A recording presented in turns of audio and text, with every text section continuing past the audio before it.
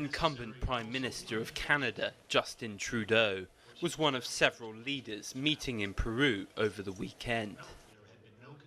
Canada has joined the US and other right-wing countries in the region in taking an even more hostile stance against Venezuela. That the suffering and the violence and the humanitarian crisis they are undergoing needs to cease. It starts with delivering humanitarian aid, but it also requires more and more voices from the region to stand in solidarity in favor of the Venezuelan people who are suffering. The Trudeau government is playing a leading role in economic sanctions against Venezuela, which are cutting off the Venezuelan government's access to dollars, which is the hard currency needed to buy medicine and basic goods.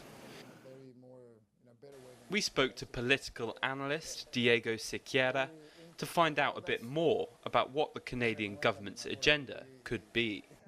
And you can see from that point of view, on the obvious side, they're dealing with all the human rights mantra portfolio.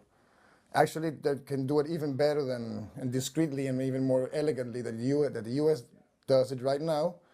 But still, in the big picture, it complies to what the main agenda, global agenda is against Venezuela. And why is that? And you have the main Canadians, mining companies, very interested in what's called the mining arch, especially now that Venezuela owns the fourth main gold reserve worldwide. Canada joined the US and others in declaring they won't be recognizing Venezuela's presidential election result in May. But Canada remains in support of Brazil, whose president, Michel Temer, has no real electoral legitimacy.